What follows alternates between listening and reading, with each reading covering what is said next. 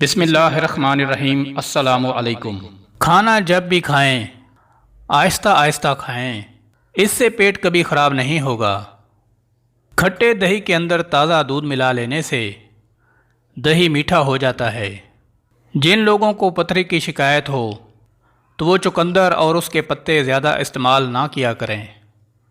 جو لوگ روزانہ چیری کا استعمال کرتے ہیں ان کی جوڑوں اور ہڈیوں کے درد میں آرام آ جاتا ہے۔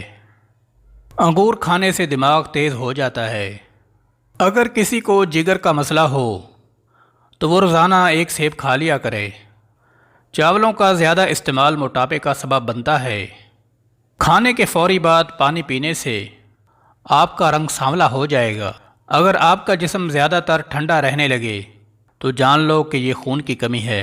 پیٹ میں گیس اور قبض وغیرہ میں گنے کا رس نہایت مفید ہے۔ جوڑوں اور گھٹنوں کے درد میں ایلو ویرا کھانے سے بہت فائدہ ہوتا ہے۔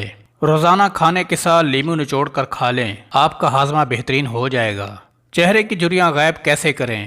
لیمو کا رس کچھ دیر کے لیے لگا لیں اور اس کے بعد دھو لیں، اس سے چہرے کی جھریوں میں کمی واقع ہو جاتی ہے۔ سبز رنگ کی چیزوں کو روزانہ صبح دیکھنے سے نظر تیز ہو جاتی ہے۔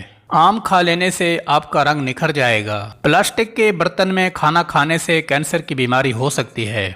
کان میں درد رہتا ہو یا پھر کم سنائی دینے لگے تو کلونجی کے تیل کے 2 قطرے صبح شام کان میں ڈالو۔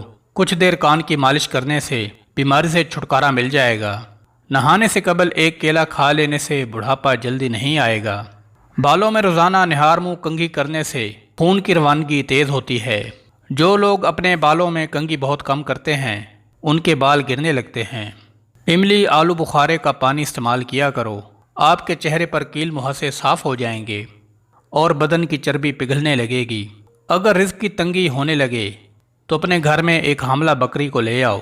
رات کی بچی روٹی کھا لینے سے انسان کا بدن کبھی بوڑھا نہیں ہوگا۔